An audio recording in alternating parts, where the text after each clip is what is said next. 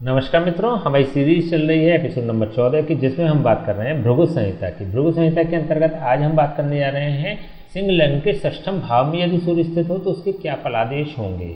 सिंह लग्न का मतलब प्रथम भाव में 5 नंबर होता है, तो यह सूर्य लग्न होती है। सूर्य जब प्रथम भाव का स्वामी होकर अपने से छठे स्थान में और छठे भाव में स्थित होता है तो विशेष रूप से यह नेगेटिव फल प्रदान करने वाला होता है, नकारात्मक फल प्रदान करने वाला होता है।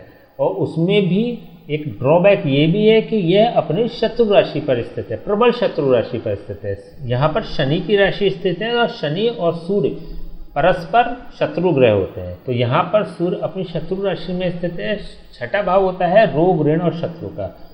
इससे संबंधित जो भी कंटेंट्स हैं उसमें यह सूर्य नेगेटिविटी प्रदान करने वाला होगा। शत्रु पक्ष व्यक्ति पर हावी रहेगा, रोग व्यक्ति को घेरे रहेंगे, विशेष रूप से सूर्य से संबंधित रोग, क्योंकि यहाँ पर बैठ के सूर्य लग्नेश होकर पीड़ित भी हो रहा है, कमजोर भी हो रहा है। तो सूर्य से संबंधित रोग व्यक्ति को होंगे, जैसे गंजेपन की शिकायत हो गई, माइग्रेन की प्रॉब्लम हो गई, सिरदर्द की समस्या हो गई, हड्डी से संबंधित रोग हो गए और हार्ट से रिलेटेड समस्याएं, हृदय से संबंधित रोग, ये सूर्य के रोग होते हैं। तो इनकी प्रबलता हो सकती है। प्रशासनिक दृष्टि से अगर देखा जाए तो प्रशासन से व्यक्ति को पीड़ा मिलेगी, प्रशासनिक कार्यों में व्यक्ति को परेशानी फेस करनी पड़ेगी, क्योंकि यहाँ पर सूर्य छठे भाव में जा रहा है और शत्रु के भाव में जा रहा है। तो यहाँ पे शत्रु पक्ष भी व्यक्ति का प्रबल होगा, पावरफुल होगा। तो शत्रु, रोग और ऋण की भी स्थिति बनती है। ऐसी कुंडलियों में व्यक्ति को ऋण लेना पड़ सकता है और उसको चुका नहीं पाता है। तो ये ओवरऑल कुल मिला के नेगेटिव ही इसकी एस्पेक्ट्स रहेंगे।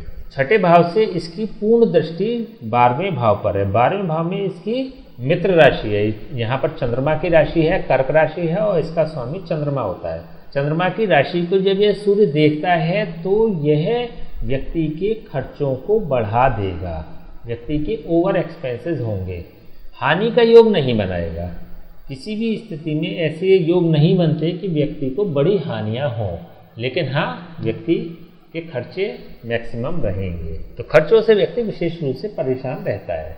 सूर्य नवम भाव, दशम भाव और लग्न भाव, तीनों ही भावों का कारक होता है। लग्न भाव की बात हम कर चुके हैं। लग्नेश होकर जब ये सूर्य छठे भाव में स्थित होता है तो विशेष रूप से व्यक्ति की इम्यूनिटी को घटा देता है।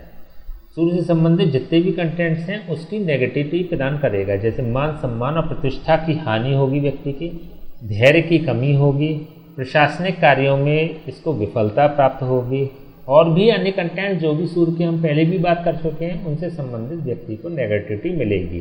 दशम भाव के सापेक्ष देखें तो यह सूर्य अपने से नवम भाव पर स्थित है। तो इट मीन्स कि व्यक्ति एक उचित समय में, एक अच्छे समय में या 22 वर्ष की उम्र के आसपास अपने प्रोफेशन को सेटल्ड तो कर ही लेगा, लेकिन प्रोफेशनली वह उसका व्यवसाय बहुत अच्छा नहीं चल पाएगा, क्योंकि यहाँ पे सूर्य जो दशम भाव का कारक है वो अपनी शत्रु राशि में स्थित है और छठे भाव में स्थित है।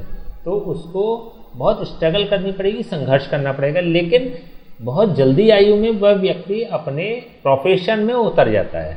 तो प्रोफेशनली भी व्यक्ति को संघर्ष करना पड़ेगा। 9th हाउस के सापेक्ष देखें तो यह सूर्य अपने से दशम भाव में स्थित है। तो भाग्य का साथ व्यक्ति को मिलता है। भाग्य का साथ का एक इंडिकेशन ये भी है कि यह सूर्य, क्योंकि जब अपने द्वादश भाव को देखता है तो ओवर एक्सपेंसेस दिखाता है, खर्चे दिखाता है। खर्चे का मतलब ये होता है कि आय भी होती है व्यक्ति की, तो ऑल ऑफ सडन होने वाले लाभों को भी यह सूर्य दिखाता है। देखिए, इस प्रकार का सूर्य एक डॉक्टर के लिए बड़ा योग कारक बन जाता है, लेकिन सफल डॉक्टर नहीं बना पाता।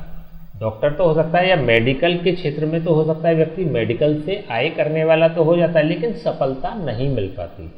चलिए अब इसके हम उपाय की बात कर लेते हैं। छठे भाव का सूर्य सिंह लग्न का विशेष रूप से खराब फल देने वाला होता है। तो इसमें 2-3 चीज़ें हो सकती हैं जो आप काम कर सकते हैं। पहला, गले में सूर्य का यंत्र धारण कर लें। सूर्य का यंत्र धारण करने से यह सूर्य प्रथम भाव को क्लिक करने लगेगा और छठे भाव से इसके प्रभाव को खत्म करने वाला बन जाता है, लेकिन यहाँ से ये सप्तम भाव को पीड़ित कर सकता है। इस बात का विशेष ध्यान रखना पड़ेगा कि ये सप्तम भाव को यदि पीड़ित कर रहा है तो फिर आपको ये उपाय ज़्यादा लंबे समय तक आप कैरी नहीं कर सकते। वैवाहिक जीवन में यह प्रॉब्लम क्रिएट कर सकता है। दूसरा काम ये कर सकते हैं कि महिलाएं अपने दाएं हाथ में और पुरुष अपने बाएं हाथ में तांबे का कड़ा रविवार के दिन धारण कर लें, जिससे कि ये 11th हाउस को क्लिक करने लगेगा और छठे भाव से इसका प्रभाव पूर्ण रूप से खत्म हो जाएगा। यहाँ पर बैठ के ये अपने सम भाव रखने वाले बुध की राशि में होगा और इसकी पूर्ण दृष्टि पंचम भाव पर पड़ेगी, तो ये एक विशेष रूप से शुभ योग बनाने वाला होगा और लग्न के सापेक्ष भी यह 11th हाउस में स्थित हो जाएगा। तो ये भी एक अच्छा उपाय है जिससे कि एक अच्छे रिजल्ट प्राप्त होते हैं।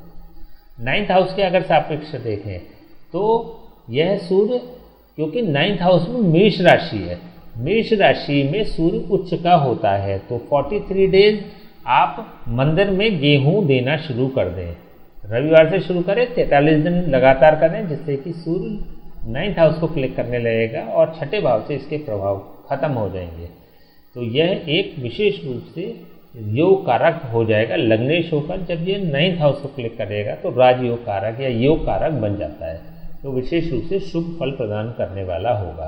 अगर हार्ट से संबंधित समस्या उत्पन्न हो रही है, हृदय रोग की संभावना या हृदय रोग की स्थिति बनती चली जा रही है, तो आपको निसंकोच सूर्य का दान कर देना चाहिए। देखिए, एक हमने बताया 43 डेज मंदिर में गेहूं देना और सूर्य का दान करना, दोनों में क्या अंतर है कि जब दान करेंगे तो संकल्प के साथ करेंगे, संकल्प लेकर करेंगे कि गेहूं का दान सूर्य के लिए हम कर रहे हैं। लेकिन जब हम मंदिर में गेहूं लेकर जाएंगे तो एक नॉर्मल प्रोसेस में साथ में गेहूं के साथ मंदिर में प्रवेश करना है और गेहूं वहाँ छोड़ के चले जाना है, उसमें संकल्प नहीं लिया जाता कि हम गेहूं दान कर रहे हैं। तो ये अंतर हो जाएगा दान में और गेहूं मंदिर में देने में। इनमें से कोई भी उपाय जो आपको उचित लगे, विशेष रूप से ध्यान देना है कि ये तीनों ही उपाय जो हमने बात करी है, इसमें सूर्य के शत्रु ग्रह नहीं होने चाहिए, विशेष रूप से शनि। यदि शनि प्रथम भाव में होता है या एकादश भाव में होता है या नवम भाव में होता है, तो इनसे संबंधित उपाय नहीं करने चाहिए। आपको अपने उपाय को दूसरे उपाय में कन्वर्ट कर सकते हैं।